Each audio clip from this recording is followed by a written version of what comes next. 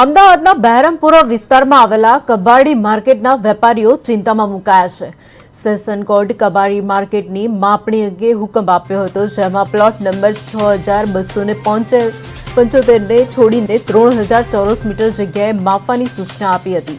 જોકે વેપારીઓનો દાવો છે કે દુધાવાલા જમાવતે પ્લોટ નંબર 6275 પર જગ્યા નહીં લેવાનું કોર્ટમાં એફિડેવિટ કરાવી દીધું હોવા છતાં બેલીફ દ્વારા આ પ્લોટ પર માપણી કરવામાં આવી હતી.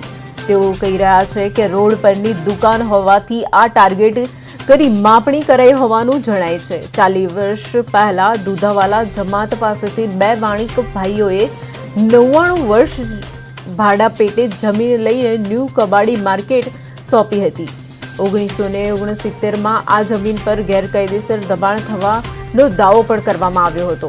આ કેસમાં 40 વર્ષ બાદ ચુકાદો આવ્યો છે, જેમાં ન્યૂ કબાડી માર્કેટના અતિક્રમિત હિસ્સાને દૂર કરવા મહત્વનો આદેશ મળ્યો છે. જ્યારે વેપારીઓએ કહ્યું છે કે માપણી તેમની દુકાનોની જગ્યાએ અલગ હોવાનું સ્પષ્ટ થાય બાદમાં તેઓ હવે આ મામલે હાઈકોર્ટનો દરવાજો ખખડાવશે.